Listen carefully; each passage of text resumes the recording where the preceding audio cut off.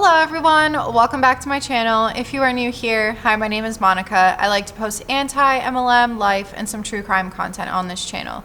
In today's video, it is going to be kind of true crime mixed with a little bit of haunted ghost story type things.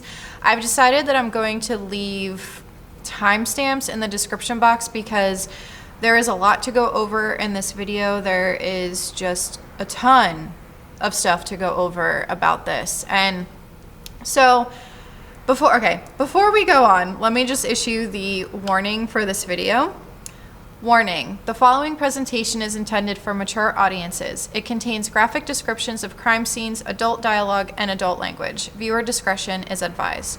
So I don't know how many people watch me that are from Jersey, but if you are from Jersey, let me know in the comment section below if you've ever heard about Weird New Jersey. If you don't know about Weird New Jersey, it started off as I think it started off as a magazine, and basically what it is they talk about a bunch of abandoned places in Jersey. They talk about a lot of haunted places in Jersey. And of course, a lot of us go to all of these places because, at least from where I'm from, we come from a very small town, and a lot of these places were actually near us. So they were all within driving distance. I mean, they were all within driving distance, obviously, because New Jersey is a very small state, but a lot of them were in the surrounding areas. So we didn't really have to drive more than maybe a half hour or so to see these places and to allegedly also go into these places, which I'll go over that story. But today we're going to be talking about Greystone Psychiatric Hospital. There is a modern day Greystone, but I wanted to go over the old Greystone because there is a lot of history there. The building has since been demolished because there were just a lot of things that happened there. It would cost a lot of money to, I guess you can say, what's the word I'm looking for? Not refurbish it, but just bring it back to life to be a historical building. And quite frankly, I think while there was a lot of history attached to Greystone, there was also a lot of bad things attached to Greystone. And it was a beautiful building. It really was, on the outside and on the inside. Don't ask me how I know about the inside. But anyway, so, okay, where do I start with Greystone? So Greystone was obviously a psychiatric hospital. They used to call it a lunatic asylum, which obviously we know nowadays there are different words for these things because lunatic asylum is kind of extreme. But with Greystone, they actually, back when they first opened, which I'm going to go over the whole history of Greystone, but back when they first opened, they housed anyone from someone like myself who has epilepsy to veterans that came back that had PTSD to the criminally insane, I guess you could say, I don't know if that's a politically correct term, but people who pled insanity and they were put in the psychiatric hospital instead of a prison or something like that. They had people from all walks of life, from any kind of mental illness to just other, I guess you can say, I mean, because having epilepsy, it's not a mental illness. But back then they didn't know that. Back in the 1800s, they did not know that. They thought that there was something else that was wrong with you. So thankfully, we have come quite a far way because I could not imagine myself being stuck in a psychiatric hospital with people who have murdered others because they pled insanity, and that's what happened. But Greystone was actually the biggest building in the United States before the Pentagon was built, and it was also known for its electroshock and insulin therapy along with lobotomies. So that was very well known. There were a lot of experiments that were done at Greystone, and like I said, I'm also going to go over my own personal experience with Greystone. I wasn't admitted to Greystone or anything like that, but I may or may not have allegedly gone inside the building when I should not have. And let me tell you, when they talk about ghost stories from there, some people are going to think that I'm making this stuff up, but I'm not. You can ask my fiance. He was there. When we went to Greystone, this was when, how old were we? I think I might have been, I don't even remember how old I was, but it was around the time that we first met each other. And that was, we laugh about it now, but that was our first official date that we just say that it was our date, but it really wasn't. It was just a bunch of us going to this place. But anyway, okay. Now that this intro is really long, let's get into the history behind Greystone. The idea for Greystone came from a woman in the 1870s, and her name was Dorothy Dix. I'm not sure if it's Dorothy or Dorothea. I'll put her name up on the screen, but it came from her. The idea came from her because she was an advocate for people who had mental illnesses, and she, in her opinion and in her thought process and everything of that nature, she believed that mentally ill patients should not have to succumb to being in almost like a prison like building. She thought that they needed to be in more of a comfortable environment, I guess you can say, and the idea for Greystone was to have it be so that these people, the people that were patients, could see a beautiful landscape. They could be able to go outside. They could be able to be a normal person, because back then they treated the mentally ill as though they were the rejects of society, that there was something incredibly wrong with them and that they were just horrible people, when in reality some of these people, they may have just had, and I'm not trying to say that mental illnesses, that any of them are less than others or anything like that, but some of these people were people who could be treated with therapy, who could be treated with the proper medication, and they believed that these people deserved a fair life, which I will have to agree with that. I do think that, are there some people who are so mentally ill that they have to be under supervision and everything like that? Yes, I do. There are some people out there who are, I don't know the proper term for it, but I do believe that there are some people out there who do need assistance and who do need help, and they should be in a hospital where they have the proper professional care. But back then, they really didn't have that. Because of Dorothy, or Dorothea, I think I'm just going to call her Dorothy for the sake of this video, because like I said, I'm not sure how to properly pronounce her name, but we're just going to call her Dorothy. Because of her efforts and because of her activism for mentally ill patients, the New Jersey legislature had $2.5 million that they would obtain 743 acres of land for this quote-unquote lunatic asylum, is what they called it back then. And after visiting many different locations, they went to many different farms and lots and just started looking at different places to be able to put this psychiatric hospital. On August 29th of 1871, near Morristown, New Jersey, they would have a spot for Greystone, and that's where they would build Greystone. In the beginning, Greystone would house 600 patients, and this was also,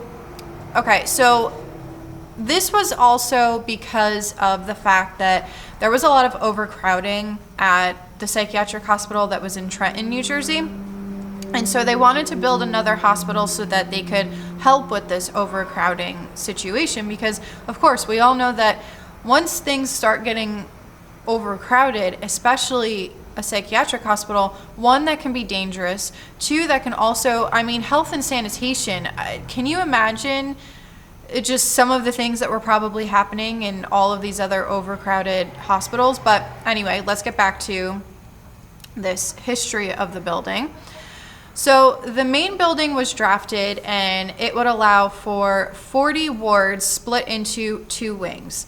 Now, the one wing would be for men and the other wing would be for women. They wanted to keep the two separate from each other. They wanted to make sure that men were on one side, women were on the other side, which I can understand. And the corridors that were supposed to be, or that were in Greystone, served a purpose, and it was to provide protection against fires, so that if there was a fire in one area, it wouldn't get past that specific area. So that was the whole plan for part of this part of Greystone. The upper floors in the center of Greystone would serve as, it was kind of like apartments for the nurses and the doctors and people that were working at Greystone. And then the third story was for the amusement rooms, as they called them, and the chapel. So of course, we all know that patients, they need some kind of amusement. I mean, they do need to be able to socialize. They do need to be able to have something to do. And Samuel Sloan was the architect of the building, and he would follow the Kirkbride plan. The Kirkbride plan was designed by Thomas Story Kirkbride, and he had this, he designed everything, just like I was saying before, how Dorothy, she wanted the patients to be treated like normal humans.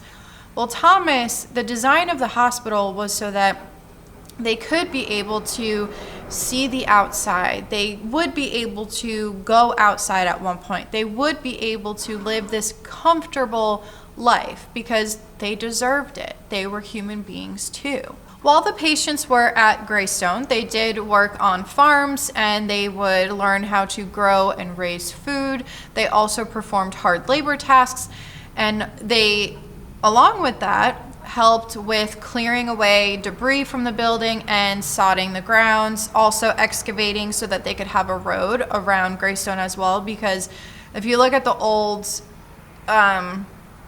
plans of Greystone, they did have, because back then they had horse and carriages, they wanted to make a road for everything. They currently, I mean, I haven't been there since 2015 is the last, no, 2014 or 2015, I can't remember, but I saw the building before they completely demolished it, and they have roads all over the place. That was, they were basically using these patients.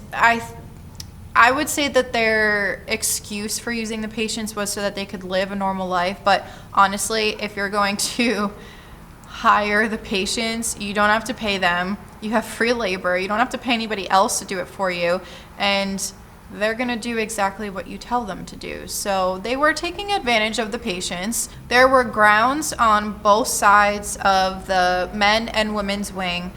And what they would do with those is that was a place where you can go outside to exercise. They would have little exercise groups, but again, they would keep the men and the women separate from each other. An industrial building was opened in 1914, which would allow for more jobs for the patients. So again, more free labor, even though they were trying to pass it off as they can live a normal life. But if you're going to have people doing hard labor, I mean, you should kind of pay them at least a little bit. I mean, that's the right thing to do. And the reason why, okay, so here was another reason why they also hired the patients to do some of this labor.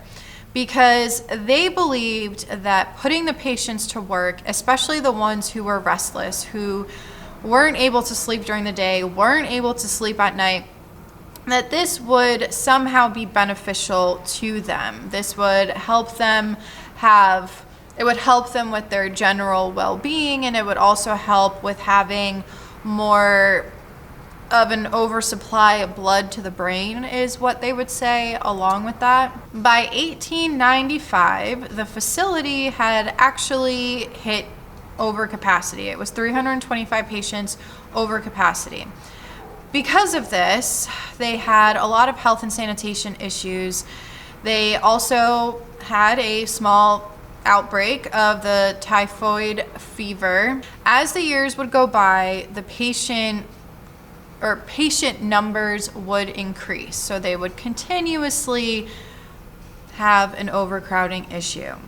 Eventually, they would get up to 1,189 patients in the facility, which in turn, at this point in time, I know that in the beginning I said that they would house 600 patients, but at this point in time, their max capacity was 800 patients. So they had already maxed out way over 800. And this resulted in them placing cots all over the facility. Instead of just having them have their own rooms and their own beds, they would put these cots all over the hospital. They would put them in the amusement rooms. They would also put them in the hallways.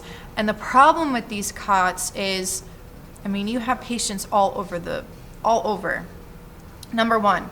Number two, these patients would oftentimes soil themselves in the middle of the night. Nurses and doctors that were taking care of these patients, they would take these cots and they would, when everybody woke up in the morning, they would take these cots and they would store them away.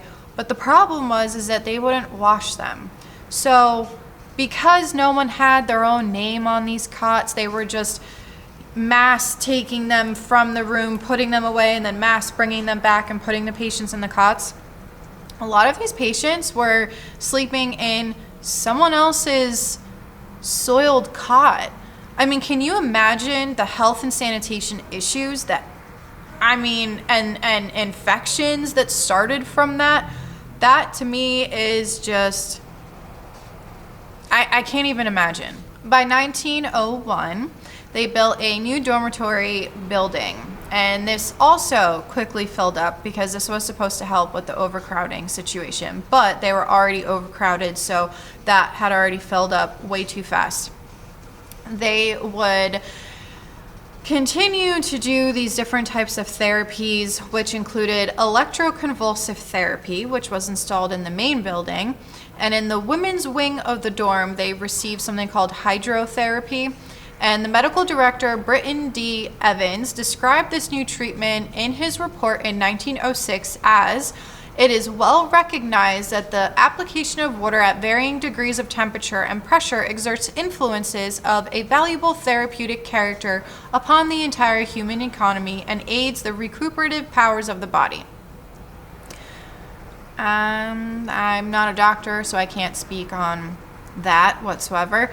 But by 1911, the facility had gotten up to 2,672 patients. And again, cots were placed around the facility in the exercise rooms and the hallways, and the whole situation happened again that I talked about just previously. Then they started to create a photographic department.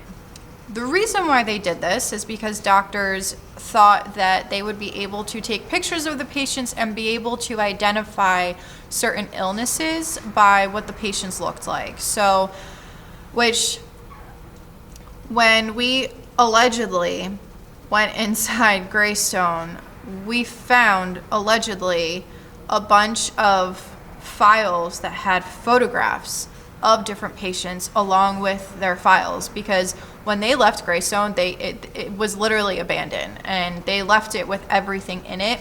So what they're talking about, I actually saw from my own eyes. I mean, I know that we've come a long way since with science and health and the medical field, and I know that back in the day they probably thought that this was the right thing to do, but I do feel that back then they did a lot of things that were very inhumane. Maybe it is because they didn't understand that these are still human beings and they still feel, they still have the emotion, they still have all of that. They might not be able to communicate the same way that the rest of us can, but they're still human beings. And I think that they might have, whether they did it intentionally or not, they forgot that. They would also end up opening a dental clinic so that they could do dentistry on the patients. I highly doubt that they did it the proper way, but they probably did it just pulling people's teeth and not numbing the area or anything like that, but that's just my opinion. They also opened up a tuberculosis pavilion, which was finished and occupied by the following year. And then in 1916, women began participating in sewing and other arts and crafts, which I think is a great thing that they would do that, because a lot of these people, they, like I said, they still have emotions, they still have feelings. And while they might not be able to communicate, they can maybe communicate in other ways, and they can be creative. They can still have their minds constantly working and doing something, especially if it's something like arts and crafts. You never know. You might have an artist in there that has some kind of mental illness, but they might be some amazingly talented person. So it's good that they did that. But then by 1917, they also started opening up more annexes in the building in order to have more housing, because again, like I was saying before, they had all the cots everywhere and they needed more housing because of the overcrowding issues. Because of that, the Voorhees Cottage and Night Cottage were opened as homes for nurses, as well as cottages for the senior physicians and the superintendent.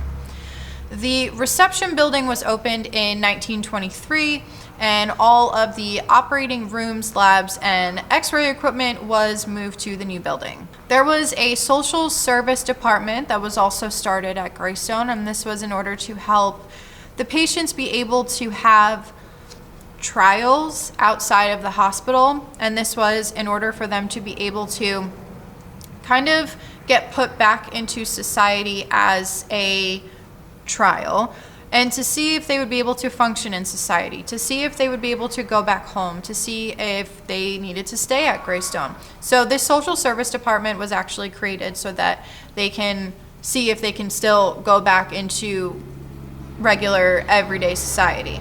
Part of the hospital would actually be not put to the side, but part of the hospital would be started in order to help World War I veterans that were coming back home with PTSD and other mental illnesses. So they did have their own wing for that, but eventually everyone would be in the same vicinity.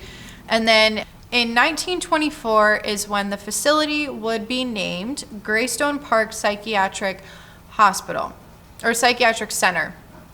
So then in 1929 and 1930, they would fall on hard times. Unfortunately, in those 2 years, they had 3 fires, which really severely ruined the building, and it handicapped their ability in order to be able to take care of these patients. So what ended up happening was, while these fires were happening, they would take the patients outside, obviously, to evacuate the building.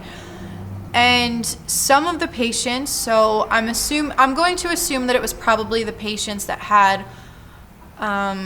more of maybe violent tendencies or were known to run away and that kind of a thing. They would tie them to the trees with a fireman's rope so that they couldn't escape. I mean, I guess at the time, that's the only thing that they could think of doing, because I don't know how it works. I don't know what the policies and procedures are at psychiatric hospitals, so I don't even know if there's what the policy and procedure is for something like that. But I mean, I guess if you're trying to get everybody out, I can kind of understand. But when I read that, I was kind of just in shock that that's what they decided to do. But again, I mean, I wasn't there. I don't know. I don't know what the procedure is for something like that. But the most devastating of the 3 fires was actually on November 26th of 1930. And this was ruled to have started from a faulty wire on the 6th floor. By this point in time, there was another psychiatric hospital in New Jersey that was called the Marlborough Psychiatric Hospital, which I have also seen. I've also not been there, but I've seen it from a distance. And in 1931, while they were rebuilding Greystone to be able to bring the patients back, they had to bring some of their patients to the Marlborough Psychiatric Hospital. But the unfortunate part was that these patients that were transferred there, they had to undergo a series of tests in order to be able to be admitted into the hospital. So a lot of times what ended up happening was the most able-bodied patients were removed from the hospital and leaving the older and the more seriously ill patients behind. So I would assume that this was probably more so the people who had a mental illness, but maybe they were deemed to be able to be fine in society, which that can be incredibly dangerous because, I mean, some of these people, they can really hurt someone or themselves. But I mean, at the time, what could they possibly do? They probably had overcrowding issues, because that is a major issue that I've seen researching a lot of these psychiatric hospitals from back then. Almost all of them that I've researched thus far have had overcrowding issues. So I can only imagine, you already have all of your patients, now you have to take in other patients from a hospital that's already had overcrowding problems. So I can see why they would turn some patients away. It is unfortunate though, because some of these patients, they really truly need professional help. But again, that was just what happened back in the day. Let's fast forward a little bit to not really modern time now. I mean, I keep forgetting that it's 2020, but to me, this is not that crazy long ago. But again, I'm old. By the 1970s and the 1980s, there was a redirection when it came to mental health. And this meant that they were starting to go more so for deinstitutionalization. I can't believe I actually said that word. I had a feeling I was going to have a problem with that word. But so states all around the US were starting to decide that some mental health patients, they were better off living at home with their families. They were better off being taken out of these hospitals, because some of them, they didn't need the same professional help and care that some of these other patients needed. It was also because they now had better medication in order to help control the patients. Now I'm putting that in quotes because that's actually what it said when I was reading up on Greystone. And I mean, because by that point, you're starting to realize that some of these mental health illnesses can be treated with therapy and with medication. But of course, I mean, obviously I'm not an expert or anything like that, but they're starting to see that those are being effective and that that is a way to help these patients as well. Another thing that happened in the 1970s is there was a law that was passed that said that these patients were not allowed to work for free. These patients were to get paid for their work, and that kind of made hospital costs skyrocket because they had to pay somebody to do this work, whether it was the patients or whether it was hiring someone from the outside. Due to the Doe versus Klein case in 1974, Greystone was forced to build community homes on the outside, well, not on the outside, but on the grounds as well for Greystone. And this was because they started saying that we need some kind of halfway home or halfway house, whatever you want to call it, for these patients, because that was a good living situation for some of these patients. Because obviously we know that every single patient is going to be different. Yes, they might have the same mental illness, but every single person is different and they all need the professional care that they need to get. So then in 1982, 20 of these halfway houses, which were cottages, were built at Greystone. By 1988, all of the patients had been moved out of living in the main building, which was called the Kirkbride building. And then in the 1990s, Greystone again hit some dark times. Patients were escaping, and that became a normal occurrence. That was something that was happening all the time. There was also a lot of other situations, but a lot of the people who were also escaping were also criminals and sex offenders. Staff were accused of the 4-letter R word. Some of their patients, their female patients were starting to become pregnant while they were in this facility. So, of course, I mean, we all know that has to come from somewhere. It takes two to tango. So, you know, the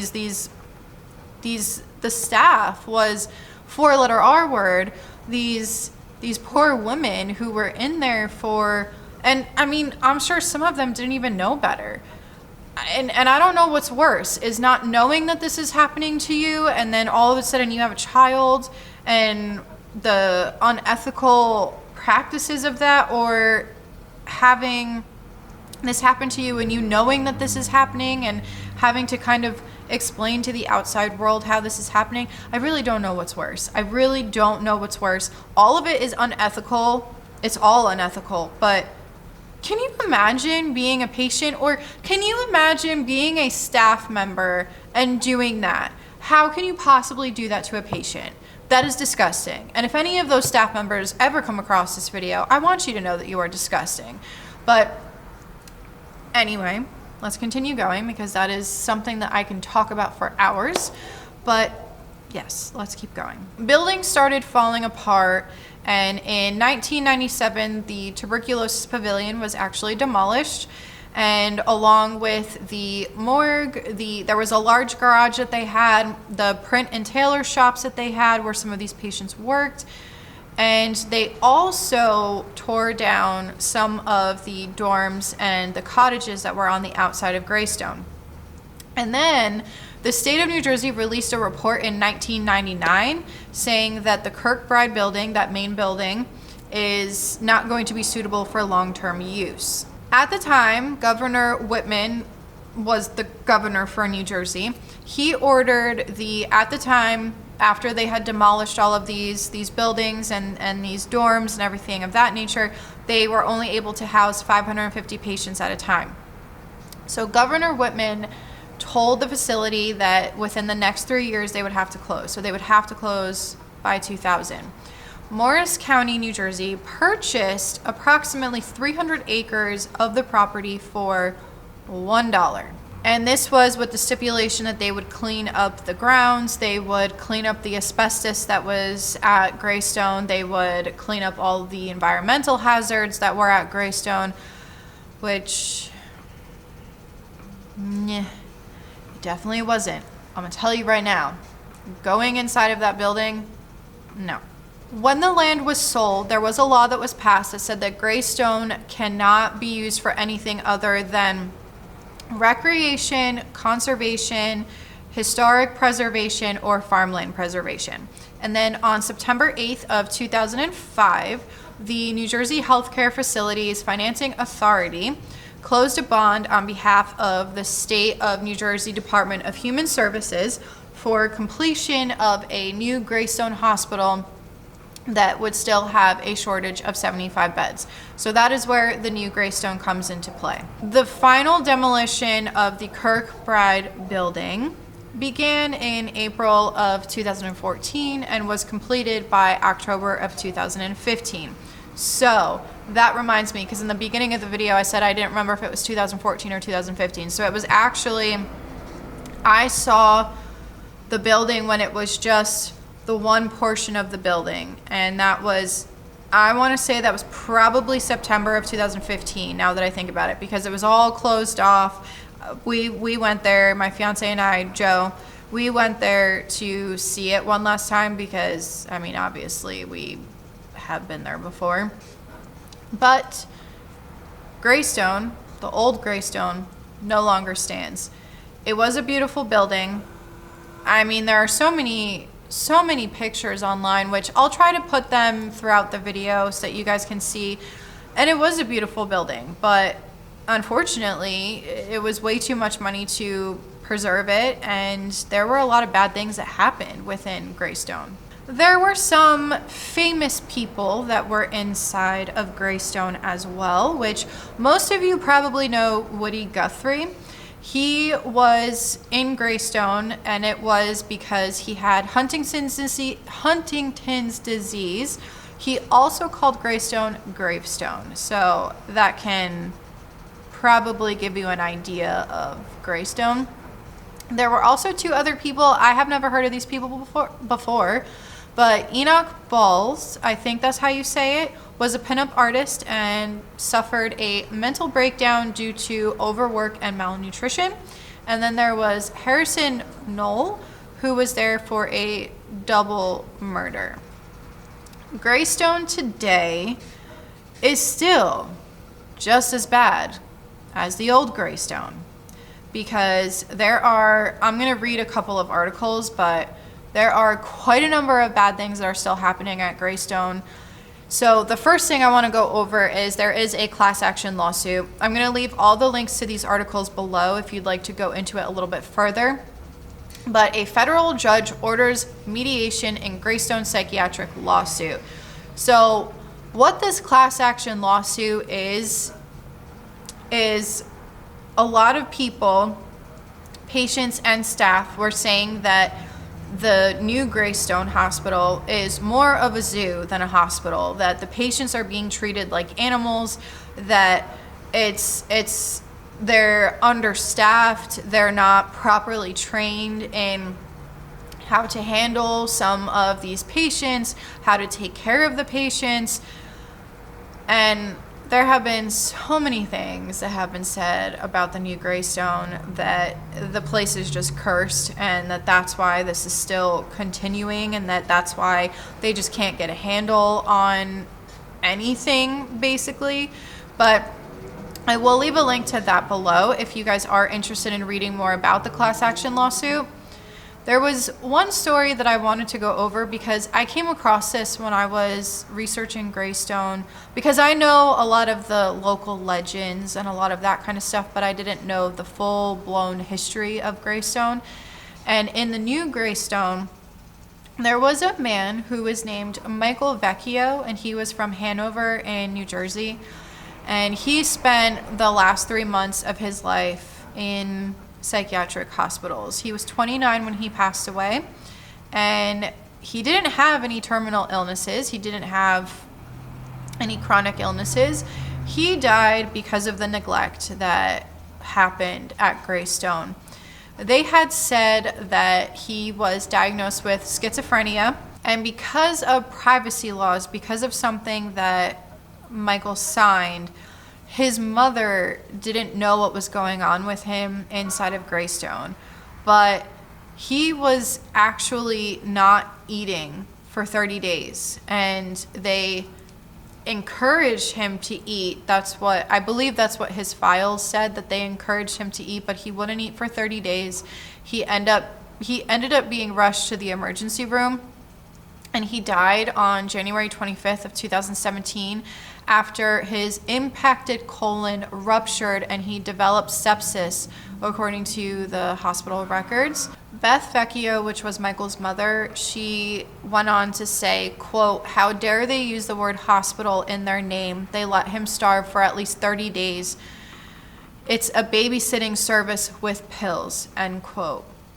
And that's sad that they knew he was not eating for 30 days. He gets rushed to the hospital, and I cannot imagine being that mother and having to get that phone call that your son, who is supposed to be in good hands, professional help, and in professional care, and then you find out that after just a little while of being in this psychiatric hospital, that he's being rushed to the emergency room because they didn't properly take care of him.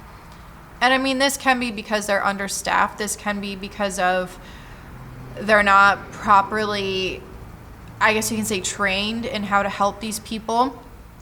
And it can be dangerous. There were a lot of stories that I found from people who used to work at Greystone, and a lot of them said things along the lines that they were injured by some of the patients, that a lot of these patients were very violent, and some of these people, it resulted in them getting some kind of chronic issue, and this is meaning the staff, and that would be their cause of death in the end, would be because of this chronic issue that they were dealing with.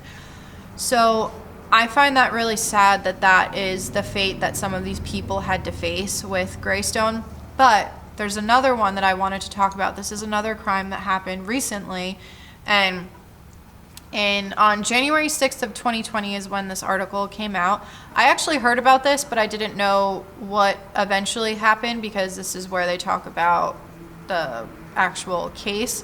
And the title of the article says, "Violent Death of Patient Renews Concerns Over Safety at Greystone." The state-run facility is charged with murder. Official in Public Defender's Office says Greystone administration had been warned such a tragedy was inevitable. A stabbing death involving patients at the state-run Greystone Park Psychiatric Hospital has refocused attention on the Morris County facility, which is already involved in court-ordered mediation over patients' allegations of dangerous and inhumane conditions. Police charged Greystone patient Rashid Davis, 28, with murder after he was discovered on December 31st in a hallway with blood on his hands, and another patient was found stabbed to death in Davis's room, according to multiple reports. Davis remained in police custody last week, they noted. State health officials who oversee the hospital would only confirm that a patient had died at Greystone and that law enforcement was investigating.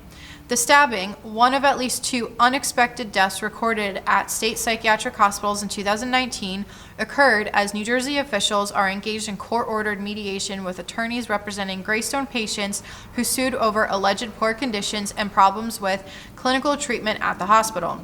The facility cared for roughly 350 patients with serious mental illnesses, some of whom can be violent, as of November, the most recent data available. Now, with this particular case, they did not disclose the victim, and I'm assuming it's probably as a confidentiality thing and a privacy thing, so I'm going to assume that's what it is. If you want to read more into it, I will leave links to all of these articles below.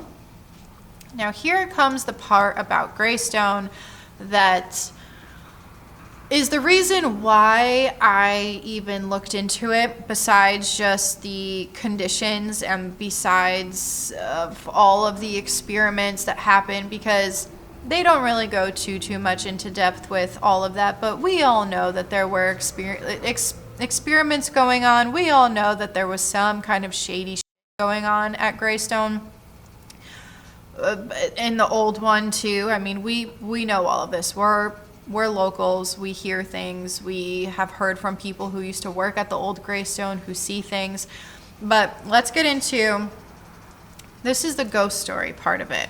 So if you don't want to hear any ghost stories, I'll put a timestamp on the screen to fast forward through the ghost stories and my personal experience at Greystone.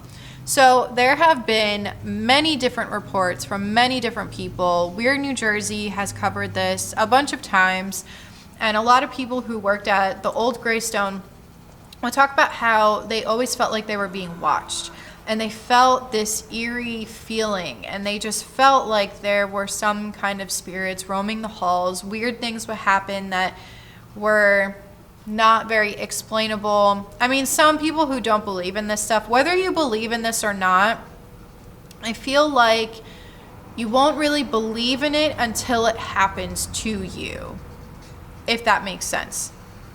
But Greystone was known for its underground tunnels, and this connected all of the buildings together, which I've been through those underground tunnels. They were bad. But all of these are supposed to connect all of the buildings together. So these were for, just transferring, I would say transferring patients and also doing other shady things within Greystone, but that's besides the point. We'll get to that in a little bit. There was a filmmaker named Sean Stone, and he was the son of movie director Oliver Stone, who decided to make a movie on the grounds of Greystone. If you're going to ask me if I watched it, I have not watched it yet, but it is titled Greystone Park. And they explored Greystone in 2009 for its haunted things, I guess you can say.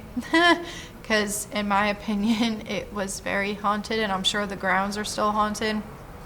Which is why I think that maybe the new Greystone is just cursed. Apparently, when the crew went there, they got a lot more than they expected, and they had a lot of weird things that happened to them, which is what Greystone Park, their movie, was based off of their experience.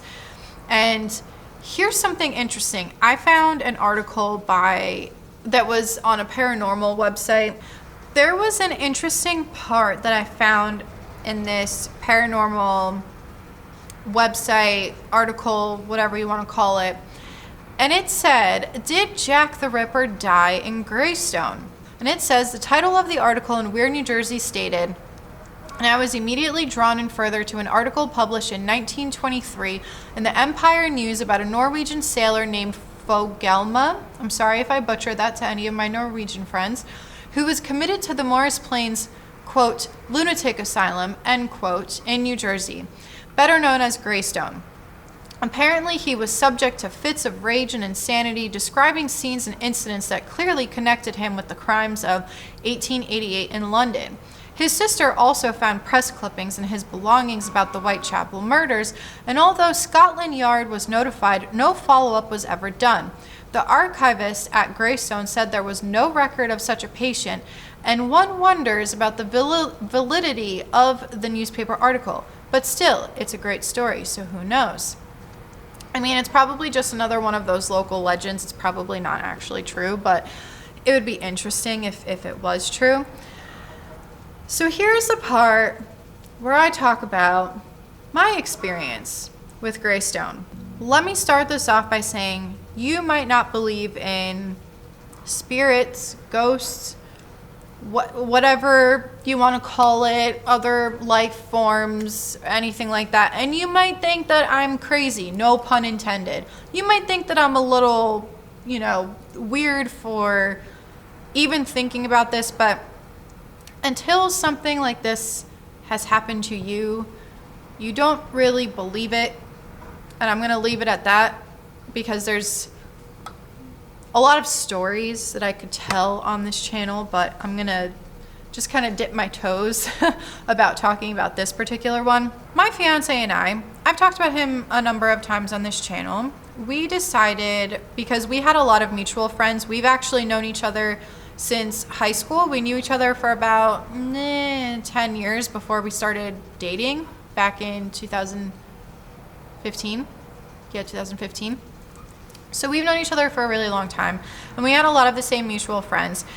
He knew that I was into weird New Jersey. He knew that I was into the paranormal and that kind of stuff. So he asked me, hey, do you want to come with us to Greystone? We're going to go visit Greystone. So I said, yeah, why not? Because it might be the only opportunity that I have to go inside of Greystone. All the other weird New Jersey stuff I've ever done, it's never been something this extreme. It's always been something that is less known, and it's always been something where I don't really have to explore anything, because the experiences that I have had in my life, I was kind of afraid to experience something more, if that makes sense. But anyway, so we go to Greystone, and back then, this was in the early 2000s, maybe mid 2000s, I can't remember 100%. But back then, law enforcement was always patrolling Greystone because people were always going into Greystone. They were always breaking in. They were always, because it was a piece of history and it was part of weird New Jersey. How do you not go there and see what it's all about? So we walk in through, it was one of the windows. It had been shattered before we even got there. We found a way to get into Greystone. So we go into Greystone and we go through this window. Once we get in there, it was the creepiest feeling I have ever had in my entire life walking into that building. But we walk in, and there's hallways and rooms on each side. So I decided I'm gonna just roam around the rooms. And of course we had flashlights. This was back in the time of flip phones. If any of you remember, this was back then, flip phones, and you could barely take a picture with the phone unless you had a little bit more money and you got a better cell phone that actually had a camera on it. But anyway, that's a story for a whole nother day. So we're walking through, and I go into this one room where they had these filing cabinets. And these filing cabinets, remember when I talked about the pictures of the patients? Well, it had all of their medical records, and some of them were just kind of thrown all over the place. I'm sure that some of it was thrown all over the place from all the people that had gone into Greystone, just like how we did. My camera cut out so many times when I was telling my story, so the camera cut this portion out of the video. But like I was saying, they had all these filing cabinets, and I was actually able to see those photos that I talked about in the very beginning. I just got this weird sense of sadness and anger all at one time. And I'm just looking through and reading the names and just trying to, I guess, picture what it was like back then with Greystone, because while of course I appreciate a good ghost story and I appreciate haunted things, but I wanted to just see what it was like back then in Greystone, because I also appreciate history. And with that being said, I got really into looking at all of these files of these patients that I almost, not necessarily blanked out, but I almost just completely tuned everything else out. And that's when Joe came up to me and he said, "Hey Monica, we're going to go look for something else in Greystone." And we were going down this service hallway. Now the service hallway was, I mean, it was bad. The asbestos was really bad in there. We had masks and all that kind of stuff because the asbestos was never cleaned up from Greystone, but it was bad. It was bad down there. We were looking for, a lot of people were telling us that there was a place in the basement where there was a jail cell, and it almost looked like maybe they went down there to torture people, or that it was just weird and something shady was going on down there.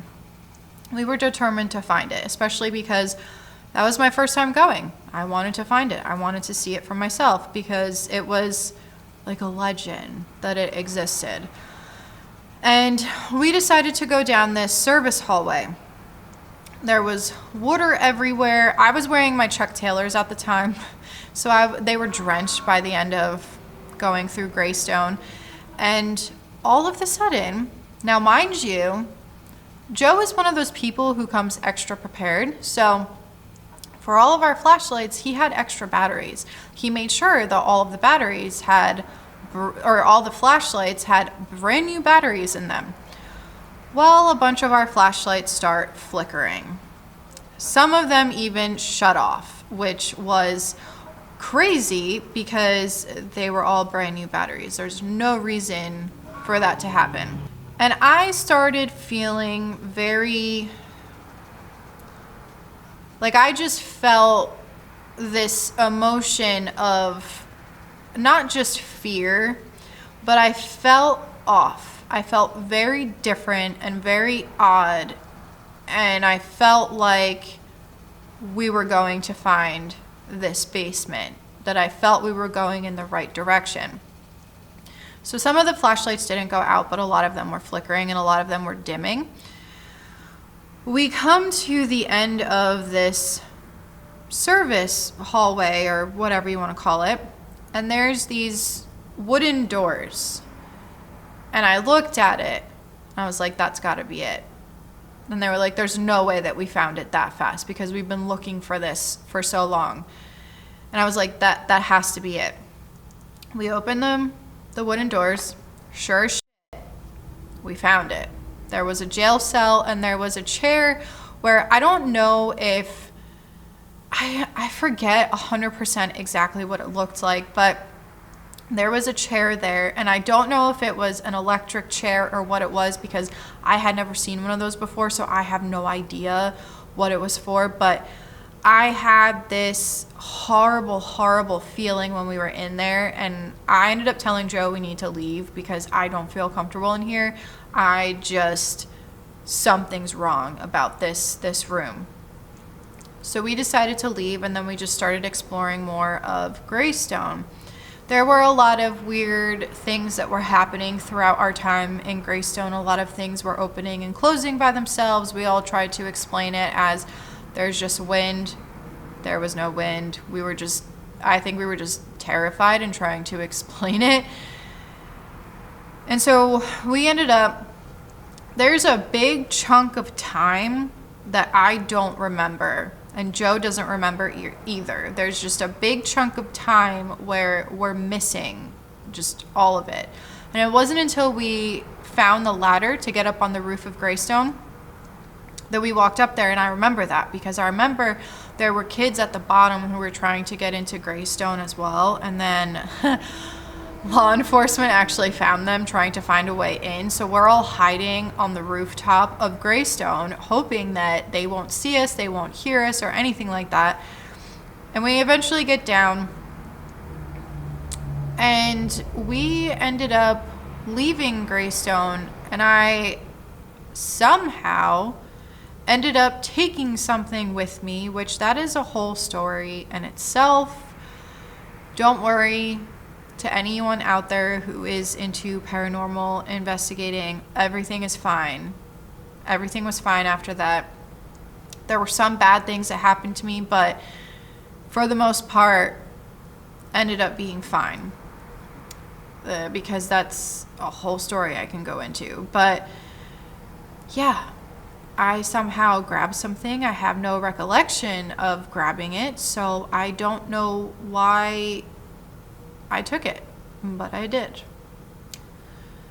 And yeah, so that was my experience at Greystone. There is more to the story, but I want to kind of dip my toes into the haunted stuff before a lot of you unsubscribe and think that I'm just making stuff up, or that there's, yeah.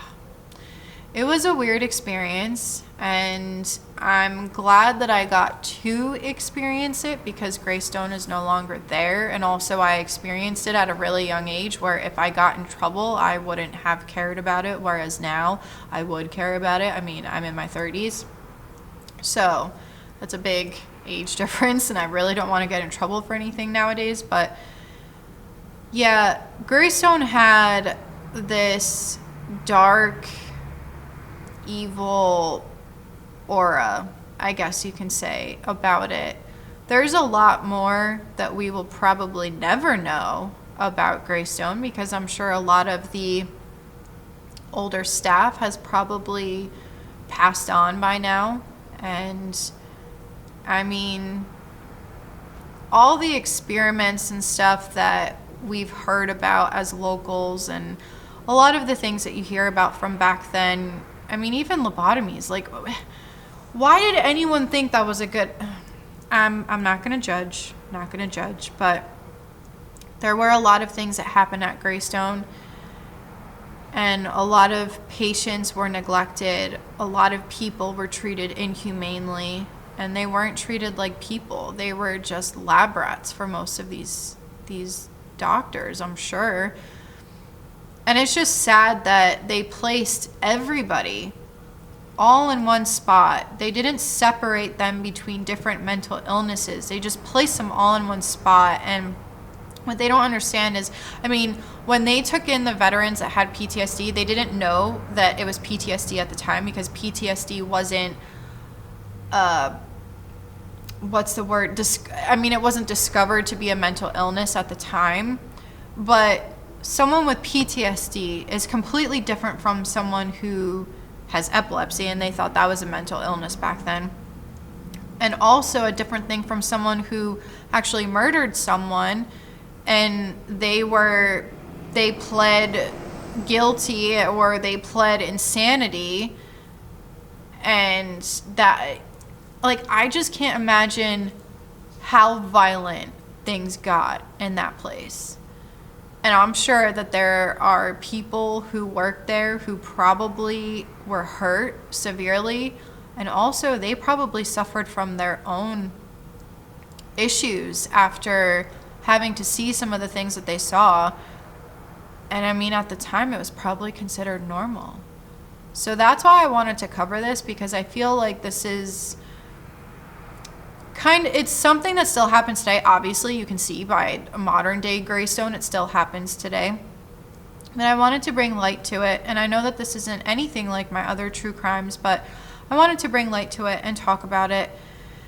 There was a lot of sadness at Greystone.